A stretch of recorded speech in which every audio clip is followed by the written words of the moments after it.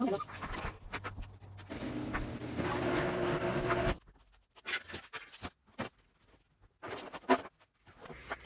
I picked this log splitter up last year and it doesn't work. The valve, I know as one fact, the engine runs, the pump runs, but as one, the auto detent on here does not work. And it also has zero pressure split in the logs. It goes down, touches the log and stops. I'm hoping the cylinder's not bad. I'm hoping to bypass the relief valve in here is messed up. So I actually found a valve used on Marketplace and we're going to switch out the valve. I don't know if I showed the brand, but it's a Yard Machines by MTD, 25-ton horizontal and vertical splitter. We will test it out once I replace that valve. And I have my helper. She's walking around over there. So we'll see if she wants to help on this video.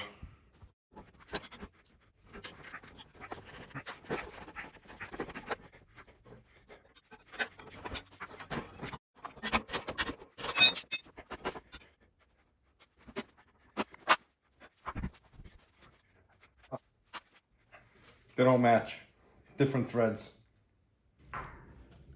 This diameter is not the same as the new one, but we're going to continue taking it off.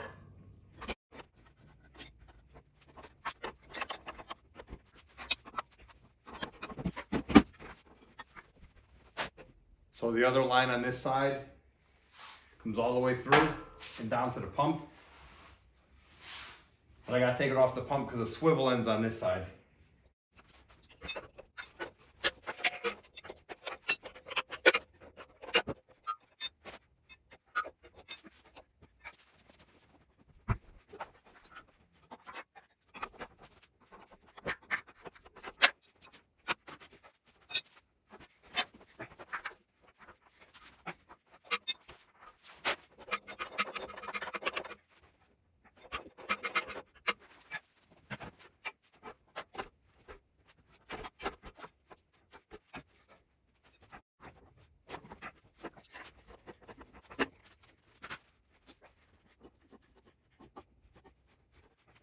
Here's the update. All these threads on the Yard machine are different than on the new valve. The new valve is made by Energy. They look the exact same, except all the threads are wrong. I think this one came off an Aaron's. So I got to rethink this. I think that one came off an Aaron's that looks just like this machine. And this one obviously is an MTD. So let me do a little more research, and I can't get this piece out anyways. So let me do a little more research. My original idea was convert this into a log splitter for the excavator. So that was my original idea. And for that, all I need to do is get hoses from here to the excavator and weld on my two brackets on the bottom. And it'll be an inverted log splitter for the excavator. That's the original plan. So let me see what I can do. All right, just got back from the car part or the hydraulic shop. I got new hydraulic lines. These hydraulic lines are going to go to the cylinder, and I am not going to use a valve because we're going to get this on top of on the excavator, and I have the fittings for the attachment to the excavator.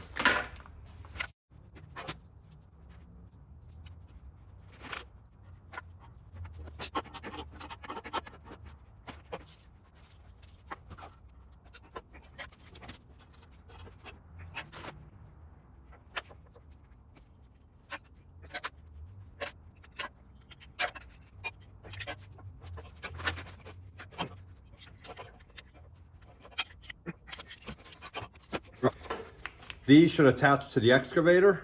I've never used auxiliary hydraulics on the excavator, so we'll see how it works.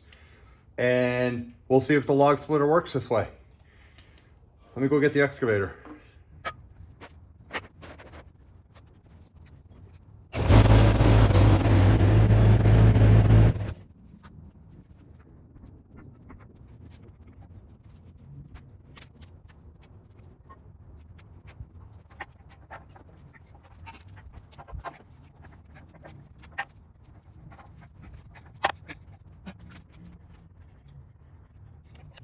So I've never used auxiliary hydraulics on this machine, and I've owned it for 20 plus years. So trying to get this in there.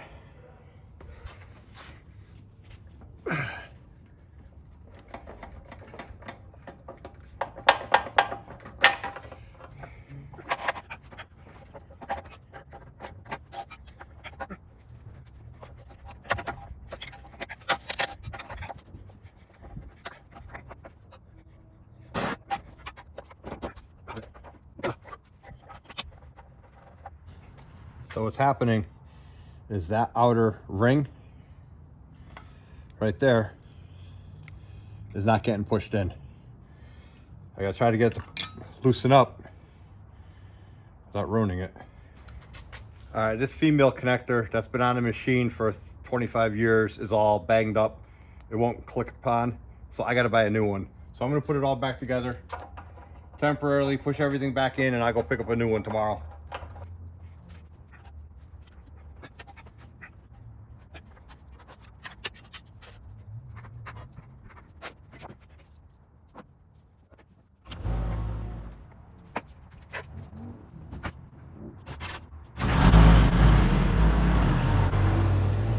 So we ended up last night getting one a new fitting, a new female.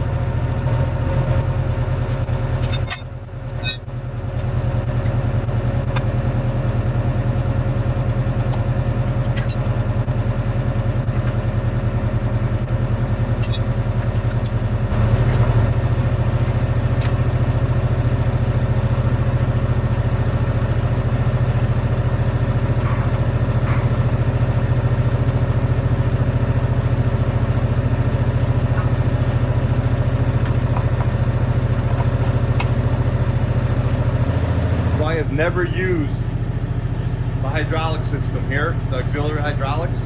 So let's hope that they work. And all I'm going to do is hopefully get this ram to go back and forth. Fingers crossed.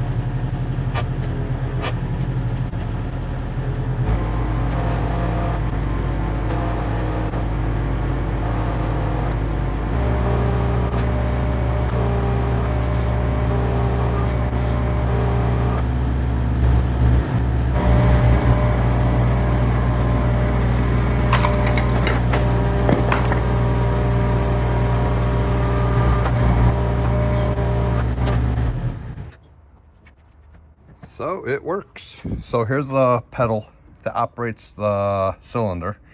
Right now I have the lines backwards because what I'm going to end up doing is taking the I-beam off, inverting it, tipping it upside down, And then I'm gonna mount it sideways this way on the excavator. So the log will, because when you're sitting in the excavator, this is what you see. You'll see this side of the bucket for the most part. So I want the log to sit here. So the cylinder's gonna be on that side. So when I push my pedal, it's a rocker pedal. So when I push my pedal on this side, I want that cylinder to come this way. So right now when I push my pedal this way, the cylinder's going this way. It's retracting. I need it to extend when I go to the left. So that way it splits the log this way and retracts this way. So that's simple enough. All I gotta do is switch the male and female ends on these hoses. And once I do that, then what I'm gonna do, which is nice about doing it on one of these vertical type log splitters, is all I gotta do is pull that pin off, and this boom or this I-beam comes right off. Invert it, weld my bucket ears. These are called bucket ears right here. So weld my bucket ears that I have on the back side, and I will probably put them dead center. And that's it. The only other thing I'm gonna have to do is make a stand, because you don't want to put this. Don't forget, now this is gonna be touching the ground. So the other thing I'm gonna eventually do is make a kind of like a box, just to protect this, just to protect the cylinder. I think we'll see.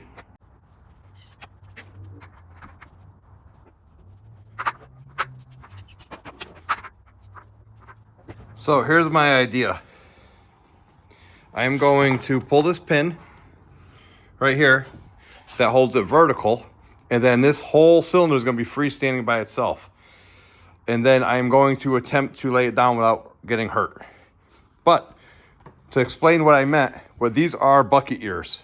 These are what your bucket gets connected to, and you could weld these to anything you want.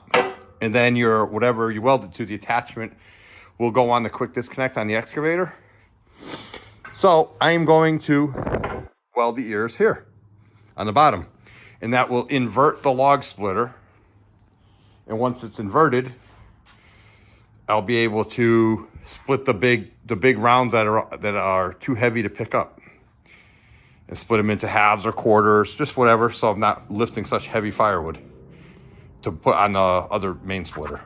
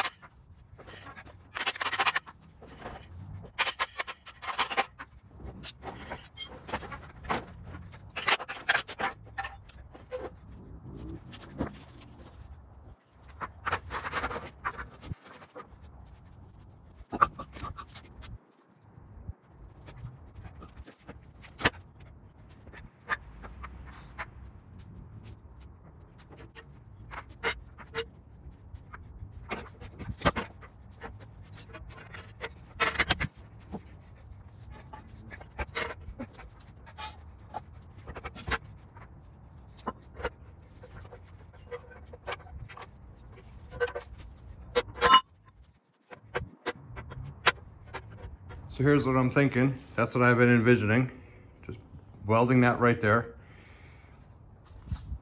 There's not gonna be a lot of prying on this for the most part. So as long as I get, I'll obviously stick weld this. But as long as I get good welds all across that whole beam, that won't go anywhere. So now it's a matter of the placement. That's gonna be the important part. These pins are higher than those. This is how it's gonna be sitting near the machine. The cylinder's on the right, so that way this is more visible. And so now I gotta make sure that spacing left to right, or in between the ears, is correct. So to do that, I have a pin grab coupler. I can either do it by measurement. See, I can either measure between here and here, or I can do it the hard way and take this off and put it on, actually mount those ears on here, rest it on the beam, but I'm not gonna do all that.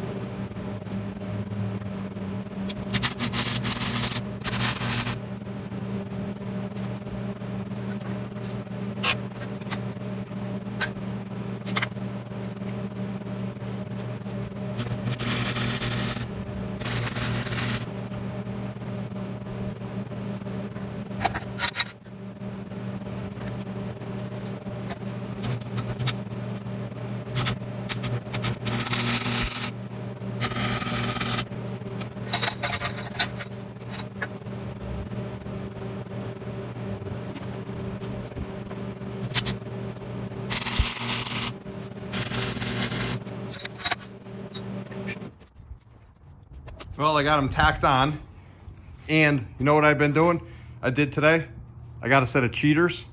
These are not strong enough, but they're the strongest ones I can find. I gotta get another set stronger, but I want safety glasses. But anyways, I can see a lot better.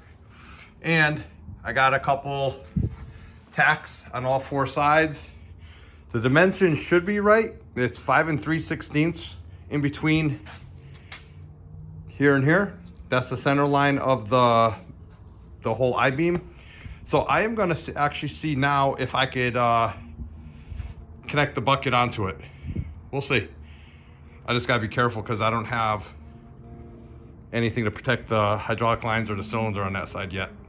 So I gotta make sure I don't drop it. Well, let's give it a shot.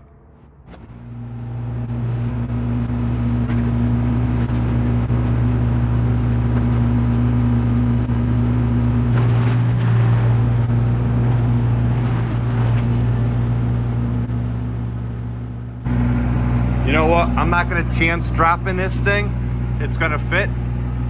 You can see it has about 1/16 of an inch of clearance on either side. So I'm not gonna put it on until I get some guards on the cylinder. I don't wanna take a chance on dropping it. All right, so let me move it and continue welding it up.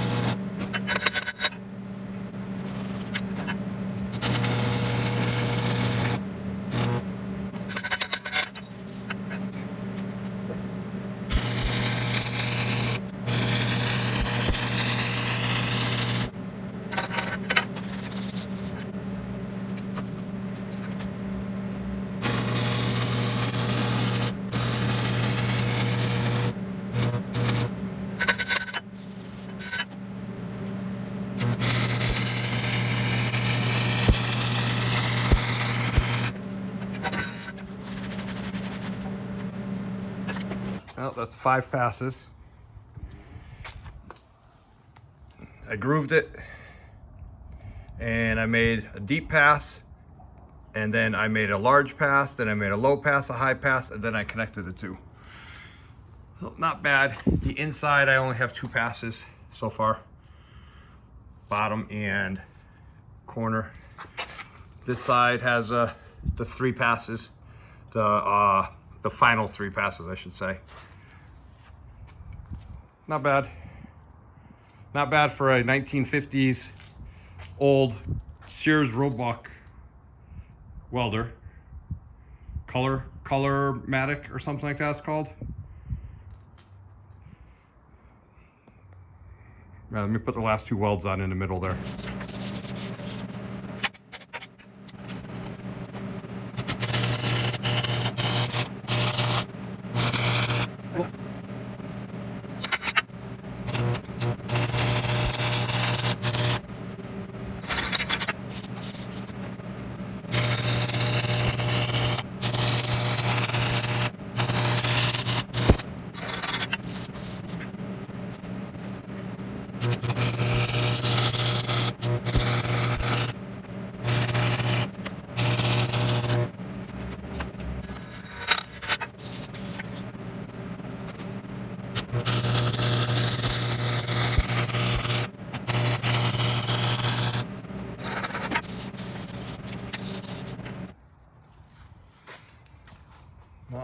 plenty of weld, I think.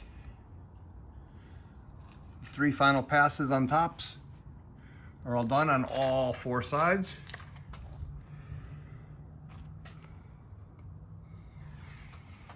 I kept the pins in, which made it a lot harder to get inside there, but I kept the pins in to make sure the holes stay lined up. The last thing I want are those holes to move, because when you heat, it has a tendency to, everything pulls toward the hot. So if you're heating this side, this has a tendency to pull this way.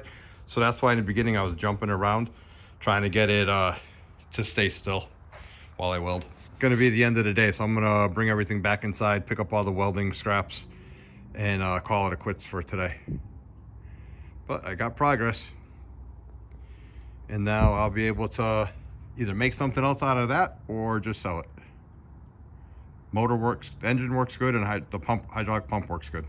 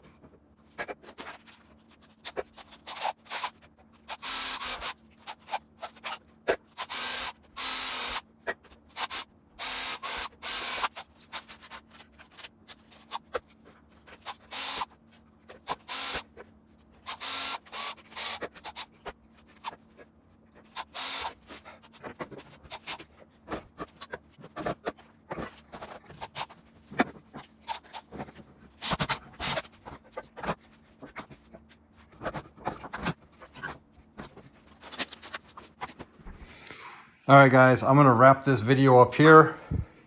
It's gonna be too long of a video. So in the next one or an upcoming video, I'll actually put it on the machine and I'll cut some logs with it. I'll split some logs. So what I ended up doing was I put PVC pipe here, or plastic pipe, just so these fittings don't sit on the ground when it's in storage. I also pulled this pin, rotated the cylinder so the hydraulic lines are facing the machine so I can keep an eye on them better. And then that way I can, if I want to go low, I can actually lay this side right down close to the ground, which is a wayside, and the hydraulic lines will be up in the air, so it'll be a little safer. But there's a stand. I made it so it's not sitting on a cylinder. You can see right there, and I have plenty of room in there to put it in and out with the machine. It's strong enough. It's all pressure treated 2x6s. And it is done. I'll throw a coat of paint on it and stuff like that. I'm not going to go around sanding it, but I'll put paint on it and stuff like that maybe in the next video, or I may not even video it. But this job for this video is done. Like I said, it's just getting too long, but it does work. Well, when the test fit, it worked. So we will see in the next video how it does. So keep an eye out for that one. There's 1.5 feet of snow on the ground, so I don't know when it's going to be. All right, well, see you in the next video. Don't forget to like and subscribe and leave comments. Keep the language clean, because I'm trying to keep it a kid-friendly channel. See you in the next video.